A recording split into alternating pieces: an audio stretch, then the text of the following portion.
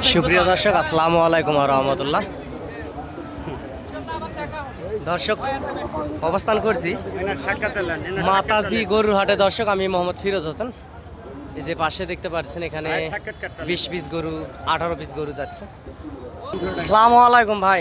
ওয়ালাইকুম সালাম ওয়া রাহমাতুল্লাহি ওয়া বারাকাতুহু। ভাই ভালো আছেন? জি আছি, ভালো আছি। ভাইয়ের বাসা কোথায়? আমাদের বাড়ি নোয়াখালী কোম্পানিগঞ্জ থানা। কোম্পানিগঞ্জ থানা। ভাই এখানে কত পিস গরু নিছেন? 18 পিস গরু নিছি।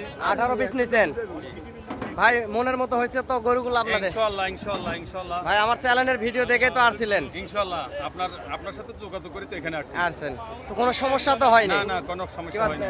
দূর থেকে যদি আমার চ্যানেলের ভিডিও দেখে কেউ আসা তো যাবে নাকি? ইনশাআল্লাহ ইনশাআল্লাহ। এই গাড়ি এখন লোড হয়ে গেছে, আপনাদের নোয়াখালীর উদ্দেশ্যে এখন চলে যাবে ইনশাআল্লাহ। ইনশাআল্লাহ, আল্লাহ হাফেজ।